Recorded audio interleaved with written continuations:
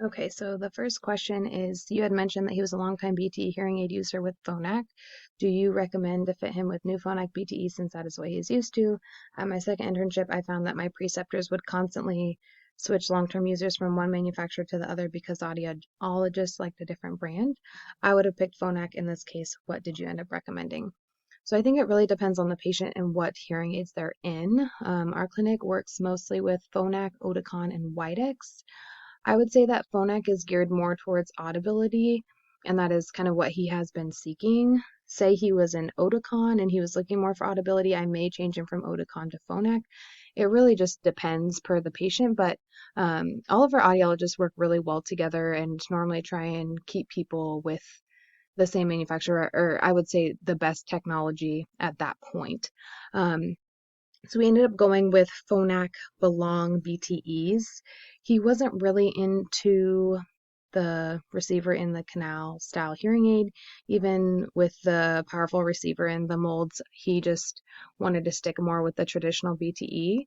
So we went with the Phonak Belong. I think he chose mid-level, and we really leave that part up to the patient on how much they're willing to spend for the different technology levels. So I think he chose mid-level and then the BTEs. So the next question is, what manufacturer and model were recommended for the patient with his new set of hearing aids? If the patient was open to accessories, is there something in particular you would recommend? So I kind of addressed this in the last question, but we recommended the Phonak Belong BTEs, that mid-level. The patient was not open to accessories, but if he was, I would probably recommend a remote mic just because he said that he really struggles hearing his wife, and that way the wife could wear the mic and that would kind of cut the distance between their voices.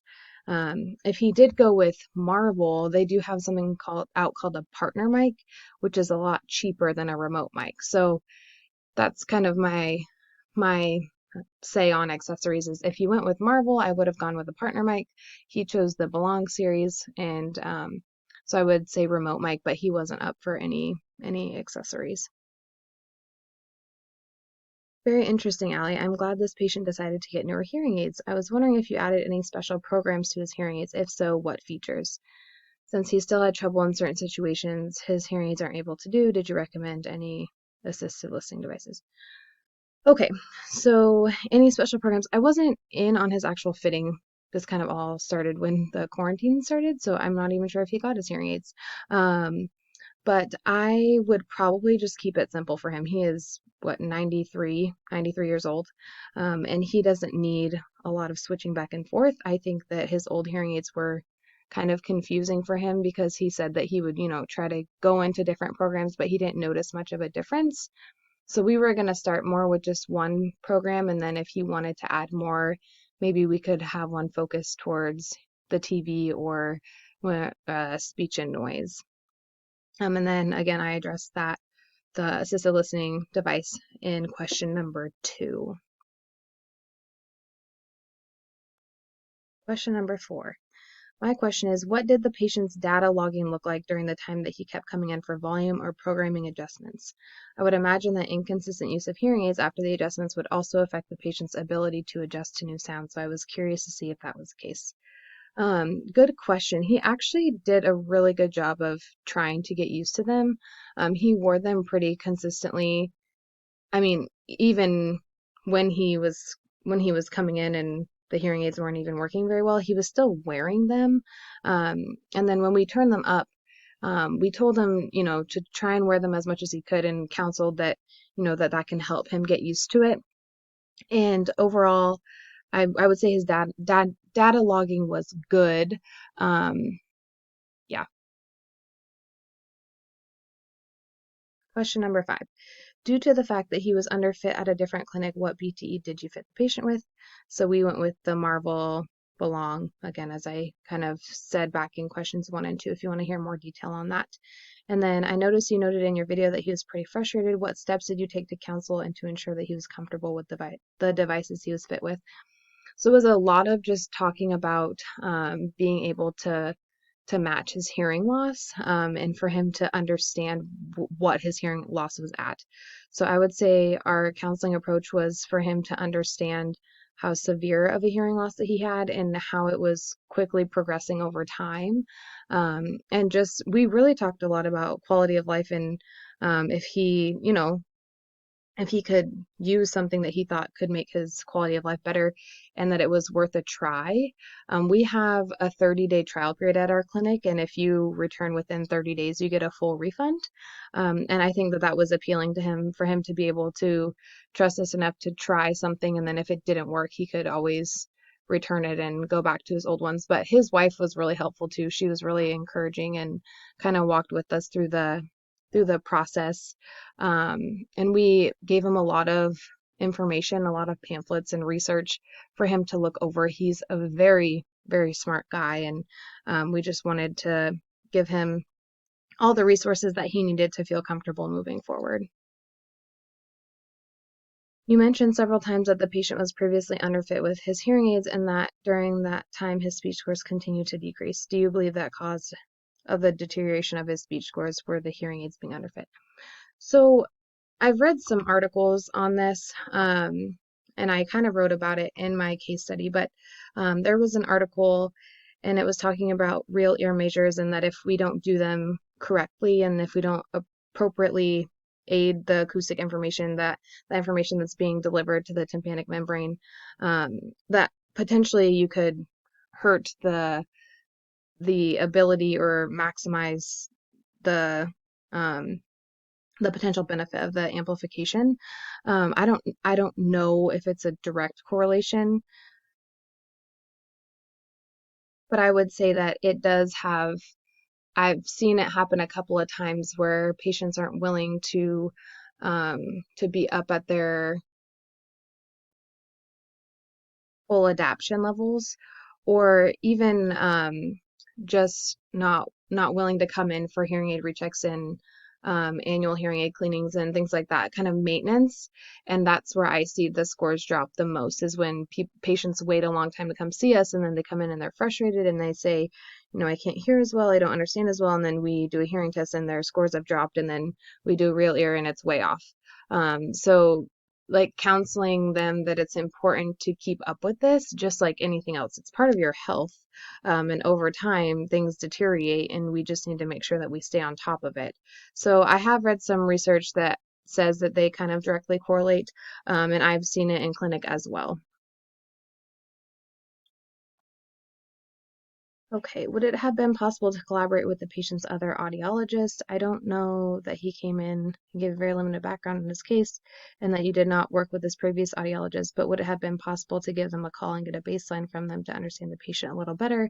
I think this is a case where maybe developing a plan with another provider, if possible, could have benefited the patient, especially because he was going between clinics. When counseling this patient, did you explain to him the importance of WRS and how that translates to the real world, since this patient seems to be motivated by the REMS? And target matching, maybe explaining the drop in WRS scores from his previous visit would have helped as well to give him a better understanding of the struggles he was experiencing. Okay, so first question was about collaborating with the other audiologists. And we tried to get records, outside records, and they weren't willing to send them over. So we were kind of stuck on that. But I definitely agree with you. I think that this would be a place where it could be really helpful to collaborate with them, especially with extensive case history. And he had a lot of middle ear stuff kind of when he was younger, which we don't have any records of. He just told us what he knew. Yeah, so I agree. I think it would be helpful, but they were not willing.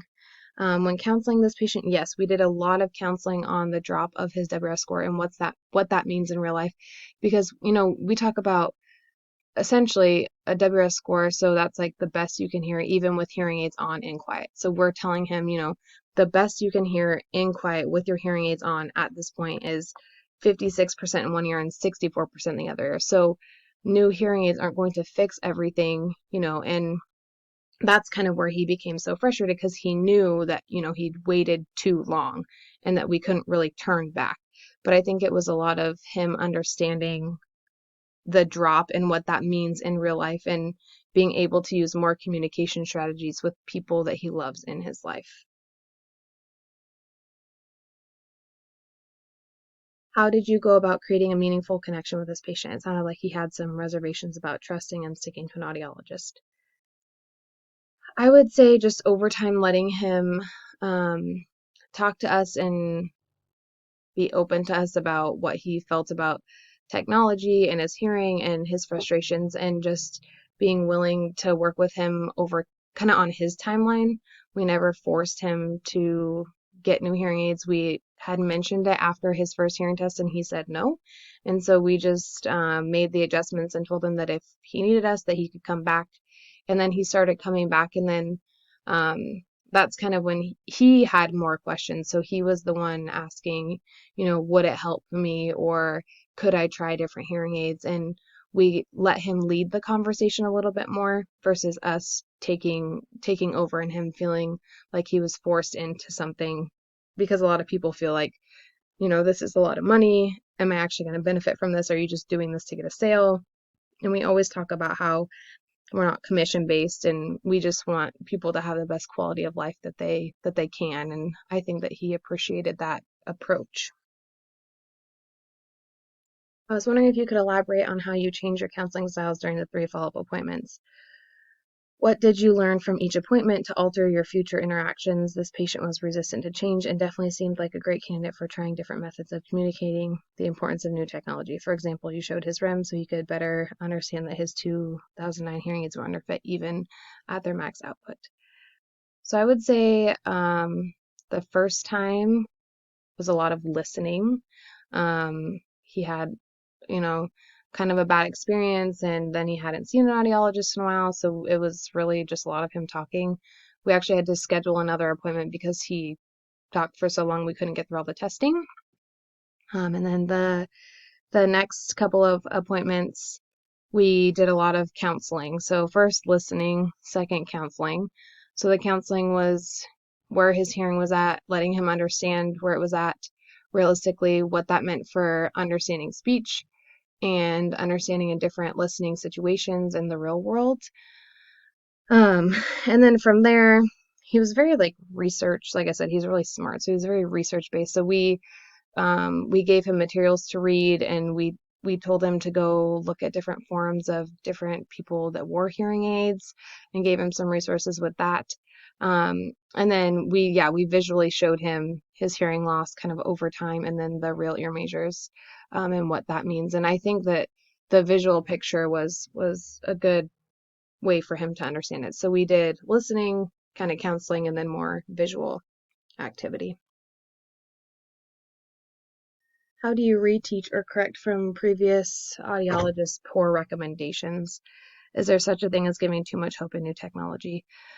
I don't think there's such a thing as too much hope, but we just want to be realistic with our expectations with where people's hearing losses are at, and meeting them on an individual basis, and not just saying, oh, there's these great new hearing aids and they're going to help you, because realistically he could get new hearing aids and potentially receive, minimal benefit. So we wanted to make that clear. I would say about reteaching, I mean, it's kind of hard. I would just say counseling him and letting him know where he's at today. Like we said a lot of times, we can't go back. There's nothing that we can do different now besides focus on what you have left and help what you have left. And I think that stuck with him, just kind of focusing on the present and moving forward and giving him resources to be successful.